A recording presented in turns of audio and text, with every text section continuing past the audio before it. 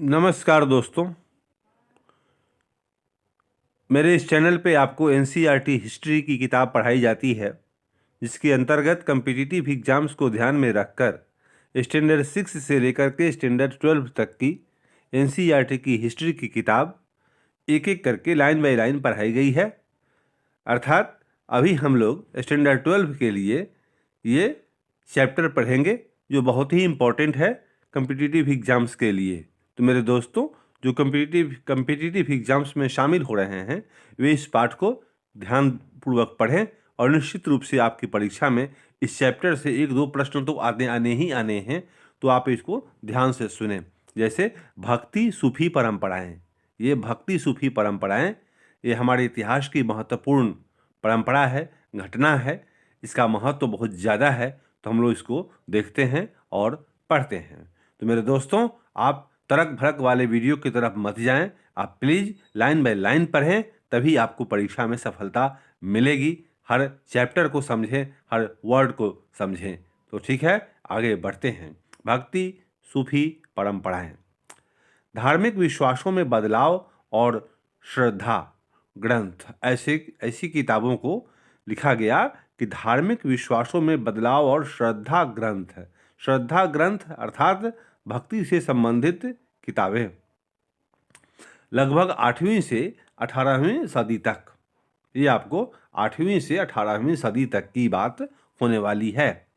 तो अध्याय 4 में हमने पढ़ा कि प्रथम सहस्राब्दी के मध्य तक आते आते भारतीय उपमहाद्वीप का प्रवेश धार्मिक इमारतों, स्तूप, विहार और मंदिरों में चिन्हित हो गया।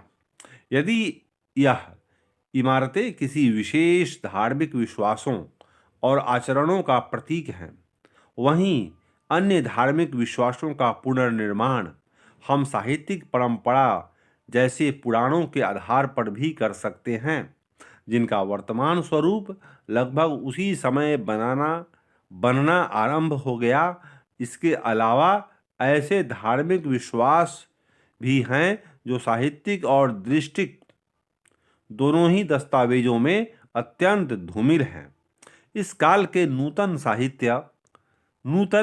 साहित्यिक स्रोतों में संत कवियों की रचनाएं हैं, जिनमें उन्होंने जनसाधारण की क्षेत्रीय भाषाओं में मौखिक रूप से अपने को व्यक्त किया था।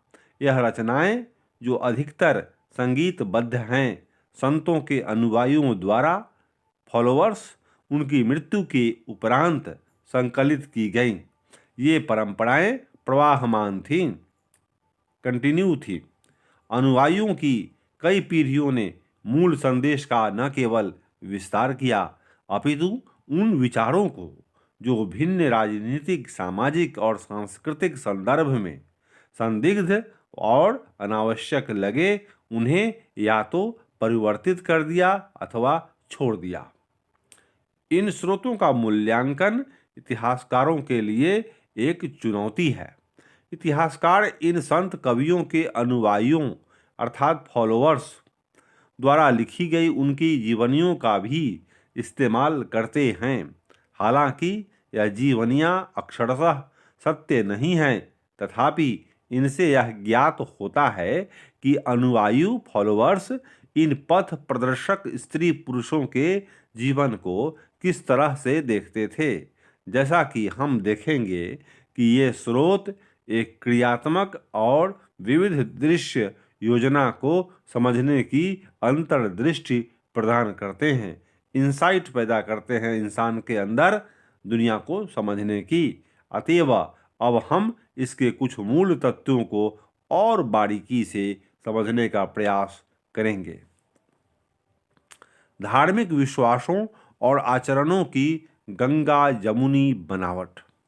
गंगा जमुनी बनावट संभवतः इस काल की सबसे प्रभावी विशिष्टता यह है कि साहित्य और मूर्ति कला दोनों में ही अनेक तरह के देवी देवता अधिकाधिक दृष्टिगत होते हैं।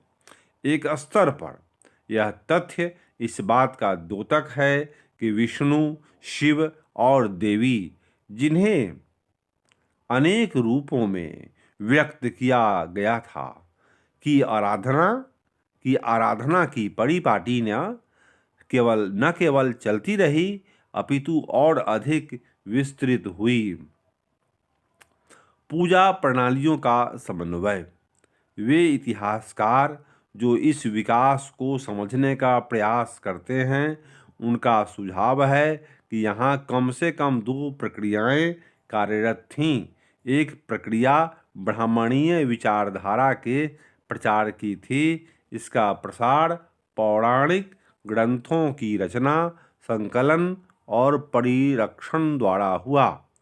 ये ग्रंथ सरल संस्कृत छंदों में थे, जो वैदिक विद्या से विहीन स्त्रियों और शूद्रों द्वारा भी ग्राह्य थे।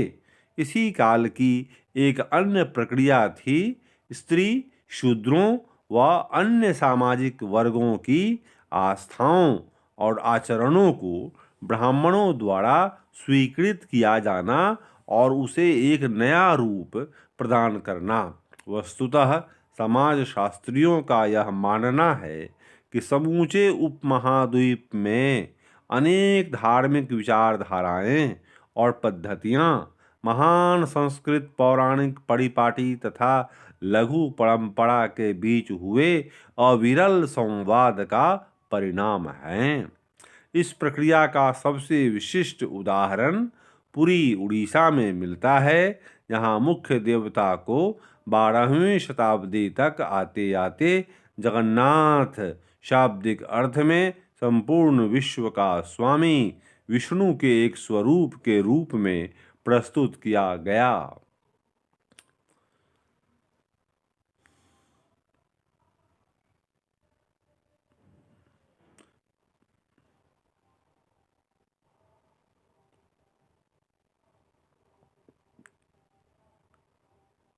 चित्र 6.2 एंड 426 से तुलना की जाए तो हम देखेंगे कि देवता को बहुत भिन्न तरीके से प्रस्तुत किया गया है।